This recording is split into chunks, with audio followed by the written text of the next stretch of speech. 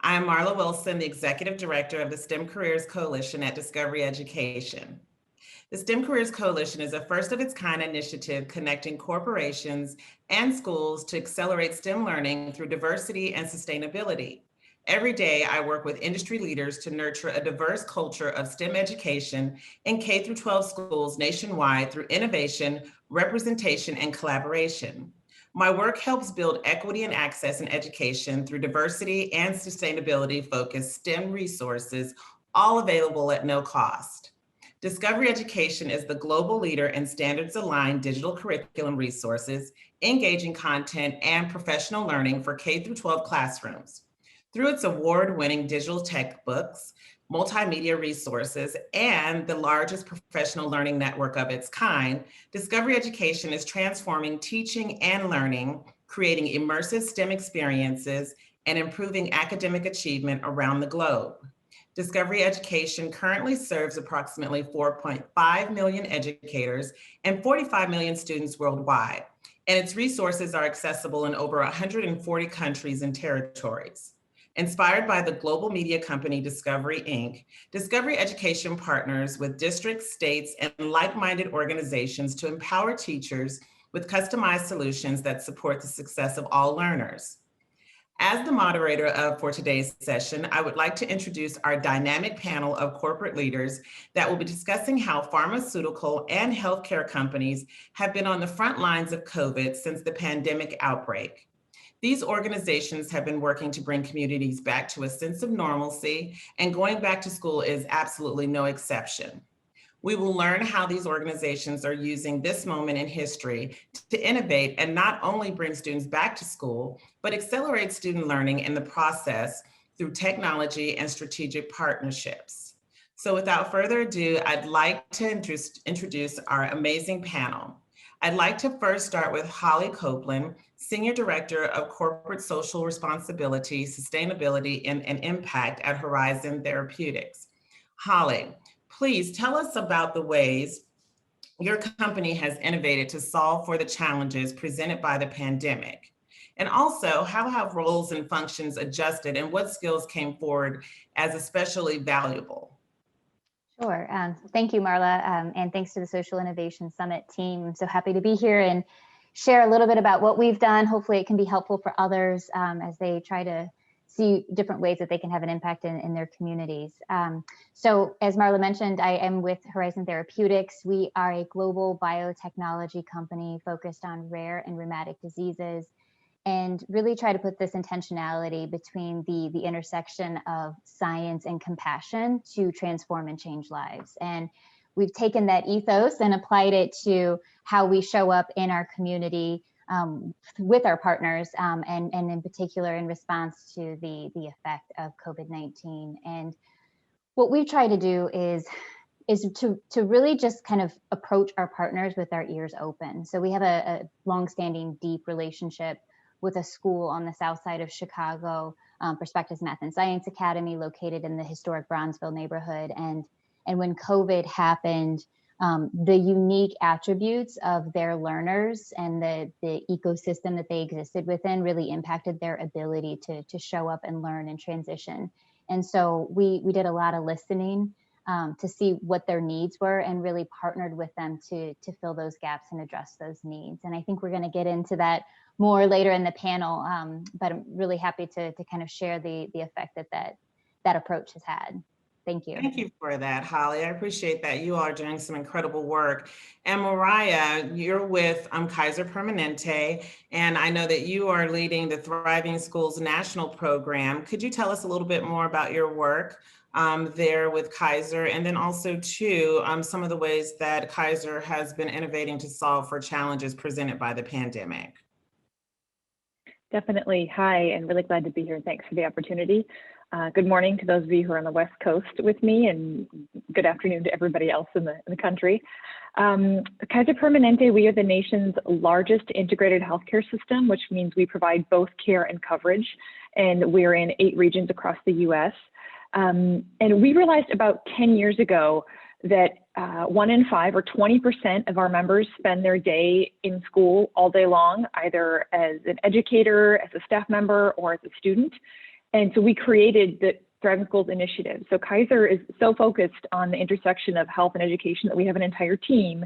I'm the national program lead that focuses specifically on health in the education space, and we've been in place for nearly a decade. And so we were well positioned, unfortunately, fortunately, when the pandemic happened, to think about supporting the education system specifically with a health lens.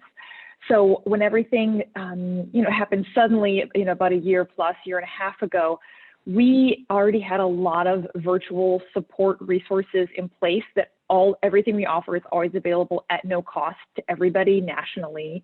So we really ramped those up. And two areas that we had been leaning in became more and more important, and we leaned in further, and I can talk more about it. But one of them being the mental health, and thinking about that aspect of health being more than just physical health, mental health of everybody on a school campus. And we've always had a really strong focus on the health of adults on a school campus, teachers, staff, the bus drivers, the nutrition services, the administrative assistants, everybody that makes a school run is critical. It's not just focused on kids. So we have a ton for students and kids, but we have really seen in this past year how much the adults that make an education system go forward need to be cared for. And so we've created a lot of supports for them as well.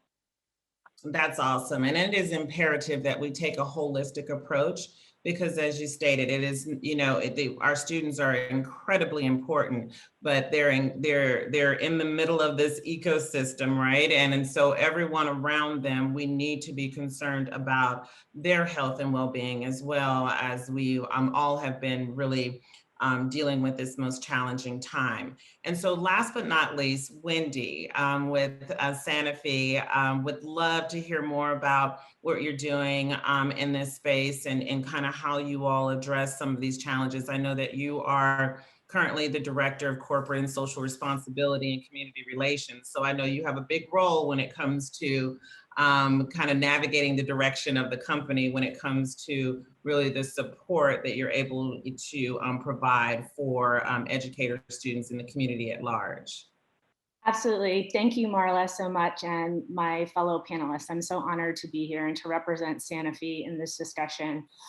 So just to quickly introduce myself, my name is Wendy Richard. I'm the Director of Corporate Social Responsibility and Community Relations for Sanofi.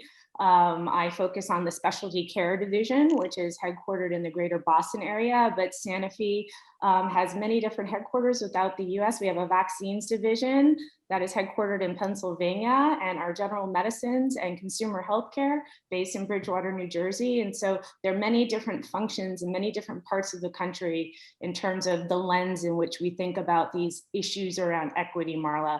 So to answer your question, and Mariah kind of really got me thinking. I mean, we talk a lot about within CSR about kind of the ecosystem in which in terms of this discussion, which students find themselves, and the incredible disruptions all of us that have had, but particularly when we're talking about potentially marginalized students, dealing with the COVID pandemic, and what does that look like for their continued achievement. And so we have definitely looked in terms of internally, like we've had many partnerships across the country. What are the things that we are doing that are working? How do we do more and expand upon that? Whether it's all levels of mentorship programs or internship programs, working with the school districts maybe in different ways to fortify the teachers that then can also provide, different or better kinds of hybrid or virtual education to the students.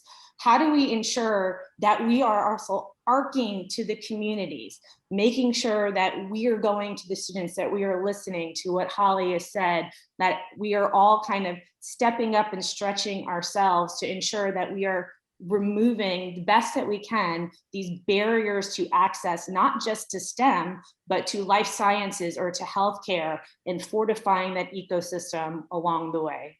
Mm-hmm. So I'll stop there for now. We'll continue. It's hard to know there's so much to say around this. So no, absolutely. I mean, it's been a big problem to solve for, but your companies have really stepped up and, from a leadership standpoint, really leading the charge when it comes to helping a lot of us navigate in that space. So appreciate all of you, and definitely just kind of sharing high level what you've been working on, but that's a great segue because given your roles in health and healthcare, your immediate responses were to innovate to keep individuals and communities healthy, right? So all of you are completely invested in education in a variety of capacities. I'd love to see, how do you see this work intersecting and what is most critical to you? I would love to start with you, Wendy. Well, let's say, because you were on a roll there, right? And then I'd love to hear from Holly and Mariah, because I'd love to get your perspective in this space. So I think Mariah brought up something that I was going to refer to otherwise. And I think the question, Marla, is wonderfully appropriate in the sense of all of these systems, all of these ecosystems impact the other. So specific to what you're asking, when we think about health and issues around health equity and how that may be related to educational equity, STEM equity and achievement, even just drawing from the last 15 months, there has been an increase amongst all of us, but particularly in adolescents, in dealing with mental health issues, isolation, depression, anxiety. In terms of some of the partners that we work with that support first-time college students or work with persons of colors or immigrants that are going to college for the first time or economically disadvantaged, college is a refuge. I'm just using this as an example of how the health, in this case, speaking specifically about mental health, college was the place where they had a structure in the ecosystem and support. And so when COVID happened and these students are forced off of campus for whatever bit of time, that is something for them that might have been the place where they had safety and achievement and support. And so what are we doing? Let's say, what's our call to action? In my case, speaking for Sanofi and life sciences, how are we fortifying the organizations and the ecosystems that we work with that also are doing increased outreach for mental health care, for crisis intervention, which completely is related to a student's ability to be able to stabilize, to have support now in a virtual or individual environment that can then, when they're able to transition back to an in-person type of learning environment, they're at a place when they are able to do that. So I think that's just one example of many, how we can't just focus on one little thing. We have to take the students or the school systems or the teachers in context to the environment. And not that all of us can do everything, but together we can fortify all of that ecosystem. Yeah, great. And Holly, I'd love to hear from you on this, because one thing that you said, Wendy, that I find very interesting is that, yes, I mean, as we've been dealing with COVID-19, the pandemic and the multiple effects, one thing is, from an education standpoint, especially at the collegiate level, some of those students may not be able to return if they don't have the proper support system going back into homes where they may not have had as much stability as they find in college, right? And so, so great point there, because again, that holistic approach to thinking about some of the disadvantages that occur in the lives of our students, even in the K through 12 space. We've heard a lot about, students who, have even their best meal of the day in school, how are they being impacted and affected with the expectation to learn remotely, but not having the same environment that created a healthy platform for them to actually learn and move through the educational system as they would normally do. So Holly, I know I said a lot there, but we've done some incredible work with the STEM Careers Coalition and Horizon Therapeutics, along with Sanofi, and looking at how we can reach educators and students in this remote environment or hybrid environment. But going back to school, hopefully in the fall, for most of the nation, we do want to make sure that we continue down that line, right? Because the support does not end just because we've opened the doors a little bit more than we did in the last year. Talk to me a little bit about what Horizon is really thinking around, this post-pandemic space, if you will. I'm sorry, my words are mixing there, but also how you're invested in, education from that perspective. Certainly. So I think, the way that we all show up to lend support is really contingent upon the size and scale of the assets that we can bring to bear. So in the case of Horizon, we're a bit younger and a bit smaller and some other companies. We're a little more than a decade old, so we're not technically allowed to say we're startups anymore, right? We've kind of emerged to like pre-adolescent on the life cycle of business. And we have about 2,000 employees globally. And so I loved hearing how Wendy described how they are taking this sort of holistic approach and are able to invest in a number of different programs that have this broad impact. We've kind of taken that same model and narrowed the scope to really focus in on our partnership with Perspectives Math and Science Academy and taking that holistic lens to that partnership. So pre-pandemic, we extended support in 3 major areas: infrastructure support, programming, and employee engagement. The infrastructure is really there's this connection to healthcare, that can be interpreted very broadly, right? We invested in a piece of meditation room, water filtration stations, so the kids have access to lead-free drinking water, the beautification of the grounds, right? Like all the things that we're talking about. How can kids view themselves in a positive light if they don't feel like their community values them and their contribution, right? So kind of helping with some of those fundamental necessities. And then the programming, oftentimes in particularly lower income communities that are overly reliant on the neighborhood's property taxes to support their school educational system, they don't have enrichment services, right? So they have like the very core basic of course offerings, but there's no programming for gifted students. STEM programs are light. And so what we've done is take a particular interest in investing in those enrichment programs, making them available to the students at the school. And then of course, getting our employees on site, doing mock interviewing, science projects, participating in the beautification of the grounds, et cetera. Now, when COVID happened, a lot of that kind of like ground to a halt, right? Because the needs of the school, the needs of the students adjusted dramatically. And so what we did is we took that support, that significant financial and human capital support, and instead listened to what the needs were. And the needs were, you had these kids who were home alone with siblings because their parents oftentimes were essential workers. They may have had one device that may have been like a prepaid phone that they were sharing with multiple school-age kids, and they probably didn't have Wi-Fi. And so what we did is we provided laptops and Wi-Fi hotspots for all of the kids at the school. Again, not necessarily related to Horizon's, healthcare, mission, but certainly adapted to the needs that presented themselves due to COVID for these kids.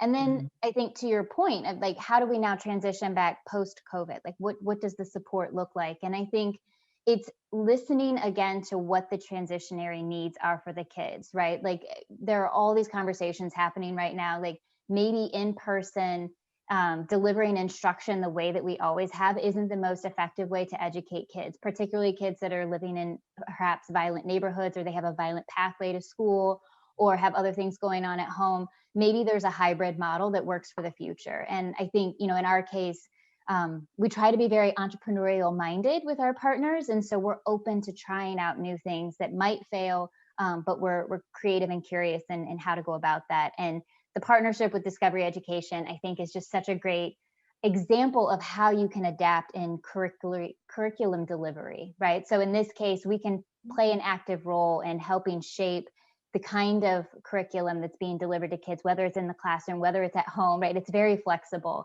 And I believe that we're going to start seeing more of this kind of approach in the future. So communities are able to decide for themselves kind of at the local level how to best educate the kids in the post-pandemic world. Mm-hmm. Yeah, good point. Good point. And Mariah, I mean, you're working directly with schools, educators. You want to weigh in here and just kind of, what are your thoughts around this? Yeah, a lot of what Holly brought up is exactly the variety of things that we are supporting in a variety of our regions and with our resources. One that I wanted to call out, which is in partnership with Discovery Education, which has been very well received and very well timed, is we brought up a variety of really intense issues that were already existing and I think sometimes were hidden to a lot of folks, but the pandemic, the resulting racial equity call has really laid bare a lot of what was hidden before. And they were things that, in a way, it's been nothing but a challenging year, but a lot of things that we were working on are now easier to work on because they're just out there. People are aware. So there is no one answer, of course, to all these problems, but there kind of is, and that answer is resilience. It's supporting everybody's resiliency for whatever challenges they have experienced, for whatever is going to come their way and whatever we're in right now. And a trauma-informed approach is incredibly important to everybody, even those who may not have experienced quote unquote clinical trauma. Responding to everyone in a sensitive, understanding, caring, trauma-informed way is a positive way to be, and it creates really quality school environments. So a trauma-informed school environment is valuable to everybody. Students who have experienced trauma, staff members who are bringing their own childhood traumas with them and can sometimes be re-triggered in their environments.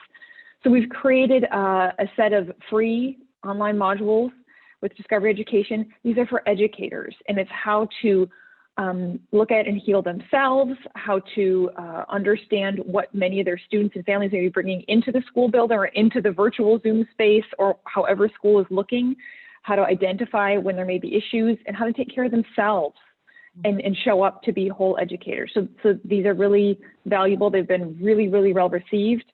They're current, they have a COVID lens, but they will be relevant going forward because resiliency is always important, now more than ever, but it will be forever going forward. And they also have a huge equity lens. The second module specifically is around cultural humility and coming to the table, understanding that you are different than your students. You may be similar to some of them, you may be similar to a lot of them, you may be different than all of them. And the families that you're supporting. So the second module specifically is all around cultural humility and coming with an equity lens. So that's one specific thing that we have been working on that launched this past year. And we're excited to have it out there in the world. Discovery Education has done a great job of pushing it out to all the users, everybody that accesses Discovery Education, and it's available for free to everybody, even if you don't have a Discovery Education account. So that's been valuable. Resilience is really how we're going to get through this and how we have gotten this far. Yeah, I mean, and that's a great word, resilience. I do believe that as challenging as these times have been, they've been equally as enlightening. And so I don't believe that any of some of those areas around those who are systematically disadvantaged and having a myriad of challenges when it comes to education, even from an emotional perspective, and being supported in that way. All those things have existed, but it's kind of slowed us down so that we can narrow in our focus on how we can further support just our communities in that space. And, Mariah, you bring up those modules in the work with Discovery Education, and alongside Sanofi and Horizon, you all have really, kind of just answered the call to be able to support in that way. And so illustrating through our video content and having that free to students has been just extremely significant when it comes to equitable access to being able to hear these stories, how people are fighting the pandemic, creating these solution seekers, but then also to Mariah and your point, wrapping around that emotional support and having a place where students, educators, and communities can be heard, right? And know that they're not in, a silo or in a space alone, but we're all in this together. So really appreciate you all and your efforts and the work around that and making an incredible investment of creating content, that really supports our communities at large. A quick question for all of you. Through all of your work, how are you integrating the equity lens? Mariah, you talked a bit about that and all of you have touched on it, but what hurdles do you feel we're still facing collectively when it comes to that? Because again, Holly, you mentioned being able to provide laptops and Wi-Fi access or those hotspots. But when you look at, at the nation and even globally, there are there's so much need, right? There's so many areas and challenges and things that we can tackle. And I mean, collectively, I see us really doing, making a difference, making an impact. But again, from an equity standpoint,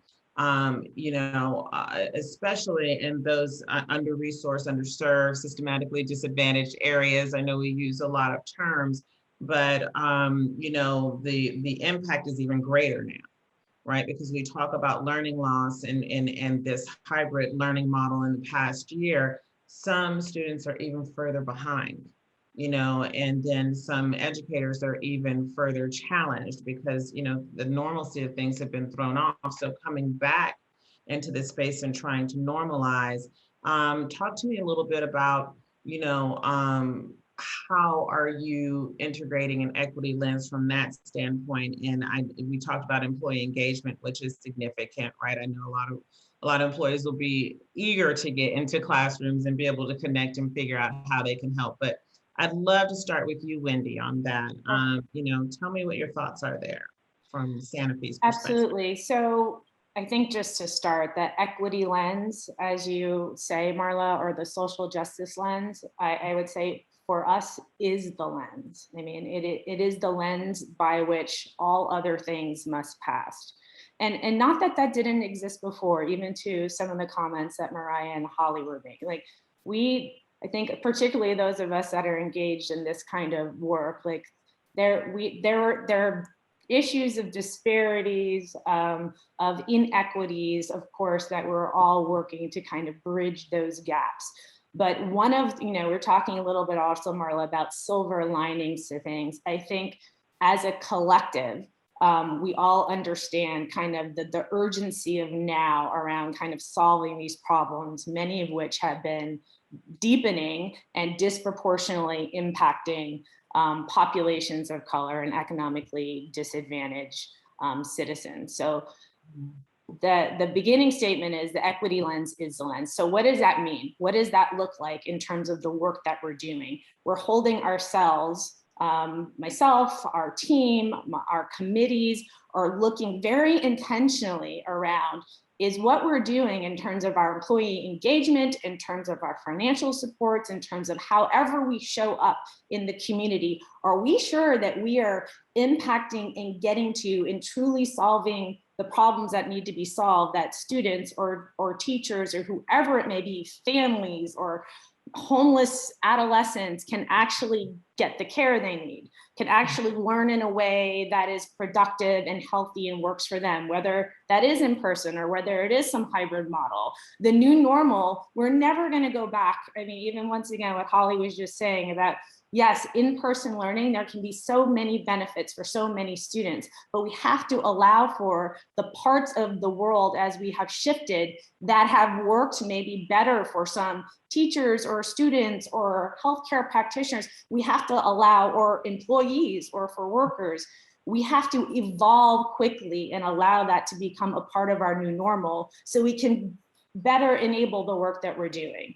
So those are very broad statements. I'll give a very specific example on a program that myself and our team have been working on. We have historically had at Sanofi a high school internship program, which has always been in person, which is wonderful. Students could be in the lab, they can be in the manufacturing sites, they can also hold commercial types of internships. They get paid for this work, which I think this is another thing.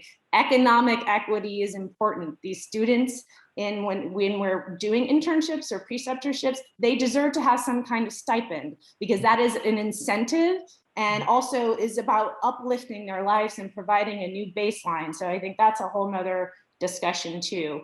But we have to switch because we in Sanofi are still in our process of returning to work and what the new normal will be. The program has to be virtual this year. So just like all of us have to do, we have to shift for the first time and create something 100% virtually that has not existed in that way anymore. But here is the thing, this is the thing where there's always silver linings and there are learnings and areas that we would not have maybe been able to see before. I'll have to report back on the outcomes of this at the end of the summer, but one of the things that has been a silver lining already is by going virtual allows for more employees across the country to be able to participate in something which may have been prohibited from an in-person perspective previously. And this is a theme that I've heard for months now from many of our partners that had to do the heavy lifting of switching the work that they do to a virtual environment. But one of the silver linings has been, oh, but we increased our attendance, our reach, trifold, 10 times the number of teachers we are able to reach because more people are able to access it. So I think that's just one example of how kind of the title of this, our return to normal.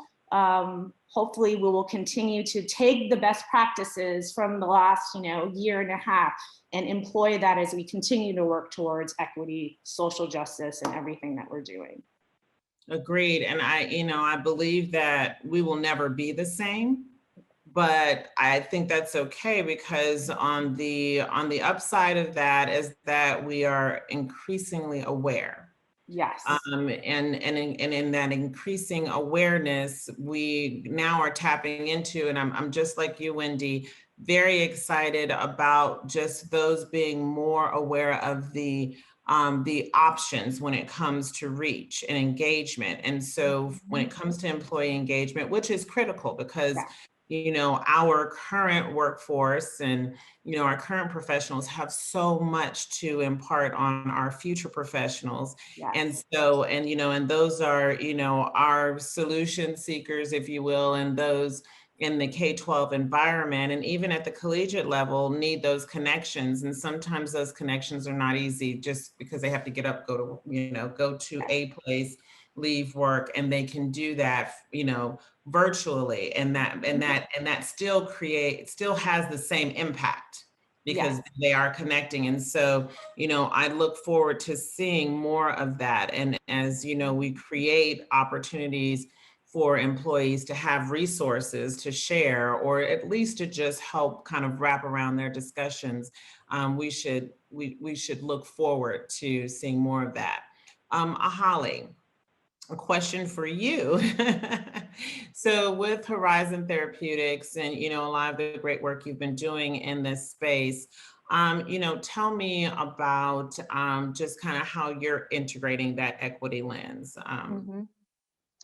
Yeah, I guess building on Wendy's framing of how it's integrated across the board, I think from our perspective, it's dealing with the structural inequities that result from centuries of injustices.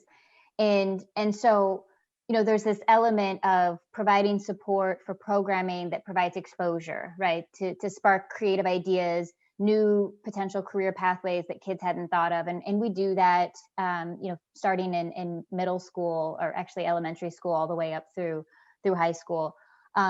But beyond that, really thinking about how we can harness the power of our organization to deal with the root causes, to deal with the structural injustices. So we really see our role as sort of like the blocker and the tackler, right? Like to create space so the kids and the educators can do what they know they need to do, right? Like they know how to educate the kids, they know their community, but there are all these barriers and obstacles that are tossed in their way. And so if we can come in and sort of be supportive and removing as many of those as possible to clear a path for them to reach their full potential. And that goes beyond what we can do just specifically in the school. So we've tried to think about like the full life cycle of structural injustice. And so we have a Global Horizon Scholars Program where we have scholarships that are provided for kids from under-resourced communities, specifically our partner school, Perspectives Math and Science Academy. And the intention there is we're going to start with them when they're little peanuts, and we're going to support them with STEM education. We're going to support them with all the work that we're doing at the school, college tours, et cetera. And then we're going to help support them when they're in college. And the scholarships are flexible. There isn't a high GPA that's required because we know kids that come from under-resourced communities have other family obligations that can impact their ability to study, 24/7 like some kids, right? It's flexible in funding. So the kids are able to use it for living expenses. So maybe they don't have to work 30 hours a week while they're also a full-time student, right? And then we connect them with employees as mentors to support them through their education. We share our internship program. And then eventually, of course, the goal is to have them join the company as employees, right? So kind of supporting that full life cycle. And then thinking about how you can pull through that commitment to equity across even beyond that, which is pay equity, for example. So when they join the company, are we paying women and people of color equally for equal work? At Horizon, we are. We're part of the 1% of global companies that actually have pay equity across the board. We have our government relations team thinking about how they can use some of their capacity to advocate for various pieces of legislation that are, of course, in the interest of the life science industry. But beyond that, what about police reform? What about pay equity? There are all these other elements of structural inequities that exist that are being tackled, that are being proposed.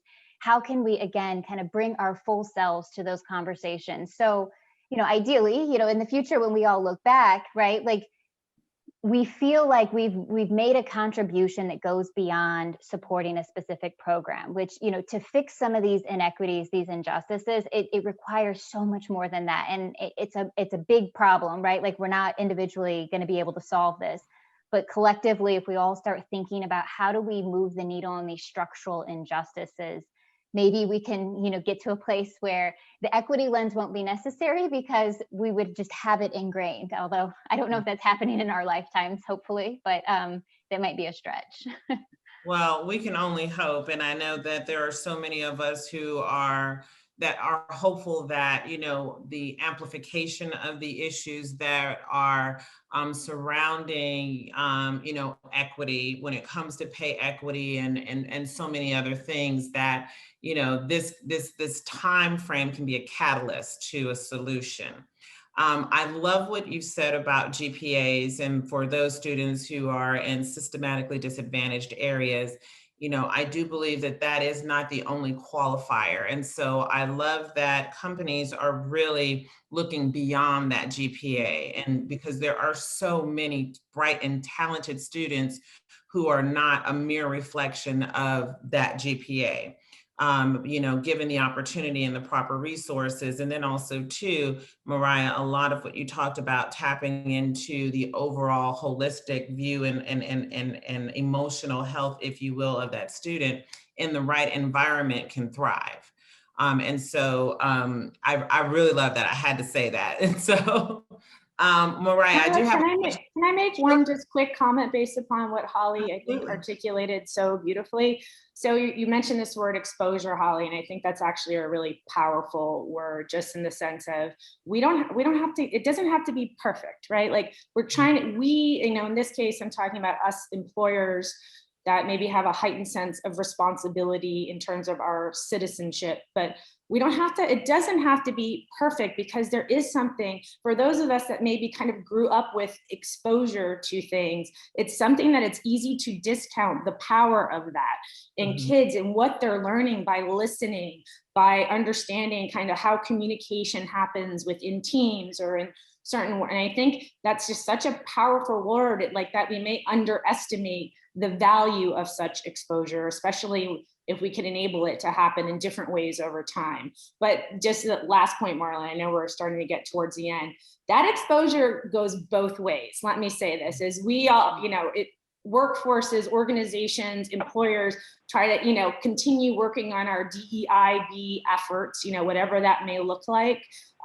We need exposure as well. We have to, we understand that there's a connection between innovation and inclusion and all of these things that we learn about, but we also need to see what it is to let people show up as who they are. In this case, we're talking about, maybe high school or college students specifically, but we also need the exposure, because it's not just for these students arcing to us, it is us also being able to have the flexibility, the pliability to be able to meet people in communities where they are as well.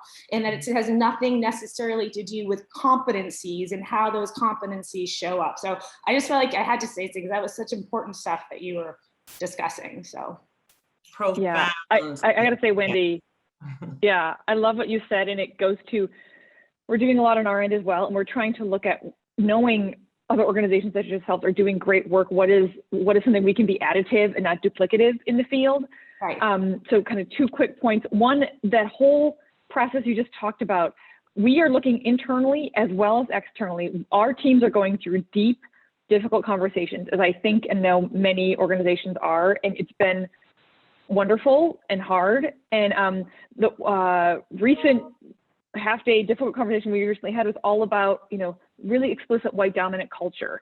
And what you were just saying is, let's not indoctrinate youth into white dominant culture to expose them to something that might not be right, but rather identify how is our organization working in a way that maybe isn't okay, and we can change. We can change how organizations run Right. to make them more open to everybody. So let's not just say we need to expose you to the way that Kaiser Permanente hires, and if you tick off these boxes, we will hire you. No, let's change those boxes or not have boxes, Right. and do away some of these like really ingrained white dominant culture factors that I think most large or maybe any organization, has.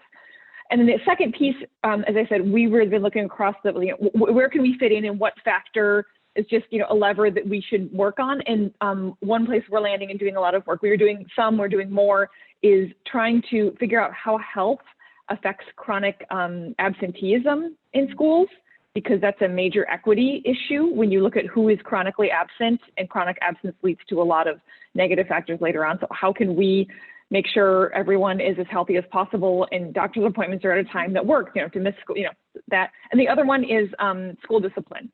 And school discipline is a huge source of why the education system can oftentimes be in an equitable space and directly feed into the school to prison pipeline. So we're working on improving school discipline practices to cut off that pipeline and not have it be something that pushes kids from certain backgrounds or look a certain way in, outside of school. And so those are just 2 specific things we're working on, is reducing chronic absenteeism and improving school discipline, having discipline not even be the way that it looks right now, but changing that. Yeah. Do you mind if I hop in and add just a tangible example of that? The principal at our partner school mentioned how their suspension rate was so high, and the kids are affected by trauma that manifests in the classroom as like bad behavior. And then the response is punitive, right? They're going to be suspended, they're going to be put in detention. And so in response, per their request, we built this peace and meditation room at the school, and we fund the full-time salaried individual who's in the room. And the intention was that when kids are now feeling escalated in the classroom, instead of them getting suspended or put in detention, they now get referred to the peace room. They work on healthy coping skills, and the objective is to get them back into the classroom learning. Their suspension rate, I don't quote me because I don't have the stats right in front of me, but the principal was like, it's halved since they had access to this. And it's because of this just reframing. What do you do with kids when their nervous systems are elevated? If they're a particular color, you might respond differently. Yeah. So I love that you're working on that. I think it's 100% one of the solutions to this larger problem. Right.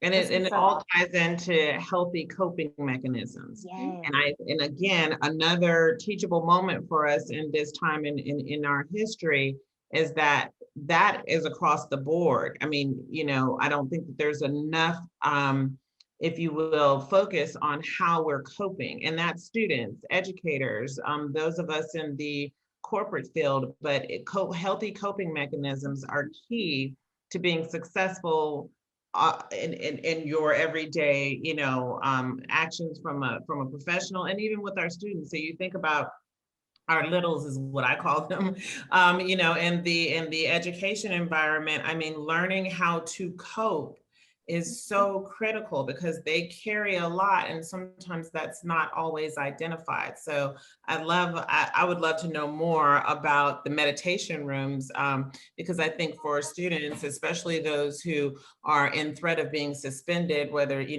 whatever behavior, that would constitute that, to face that with a suspension feels almost as aggressive as behavior, Yeah, right? So they're not exactly. learning, you Mhm. know, the coping or the softer side of this, so that they can kind of de-escalate and be able to center on, you know, a more functional, you know, behavior. So love that, Holly, and kudos to Horizon for the great work in that space. And along with you, Kaiser, and Sanofi. I mean, you all are doing amazing work. I know we have a couple of questions, but as we're beginning to wrap, but my last question to this group, and I'd love for you all just kind of weigh in here before we turn to some questions from the attendees of this session. You know, what can we expect from our return to normal? And as I stated, we'll never be the same, but we'll be more informed, educated, and compassionate.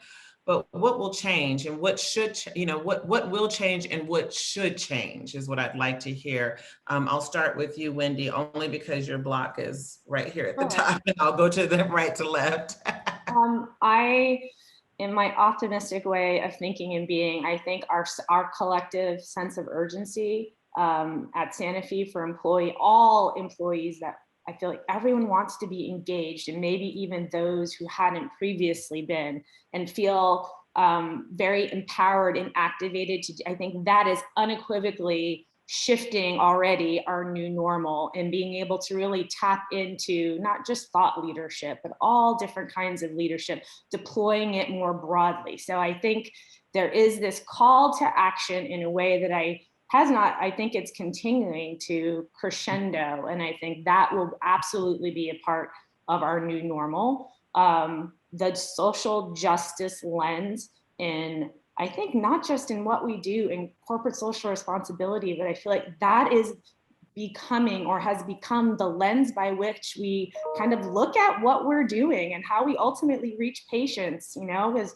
patients show up everywhere and all kinds of, like, this is all connected. It's all connected. And so I think just those are two things that, in terms of this return to normal and however we execute upon that, I really believe our baseline has so positively shifted that it will just continue to be able to kind of grow and launch from here.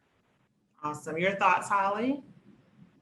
Like Wendy, I'm also like very naturally hopeful. So I don't know if this is going to happen, but I think, you know, what Mariah was sharing earlier about how our society and all of our institutions are really structured on this sort of dominant culture paradigm.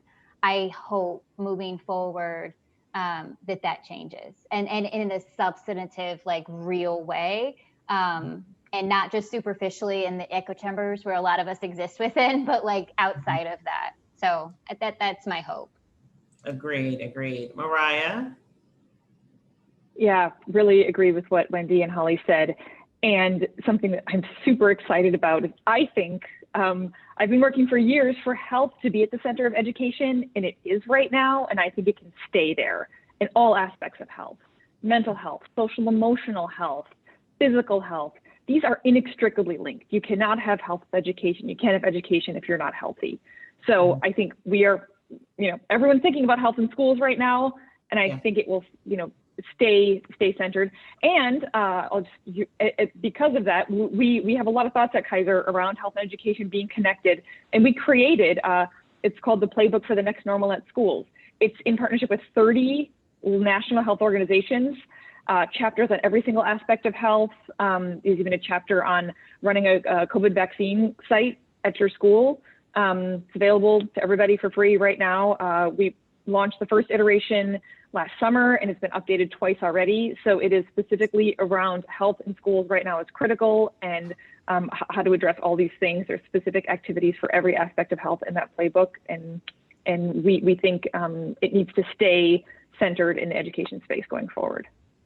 Awesome. Well, we're at time, ladies, and we had a number of questions, but I can tell you that you organically answered each and every one of them. So I count that as a win.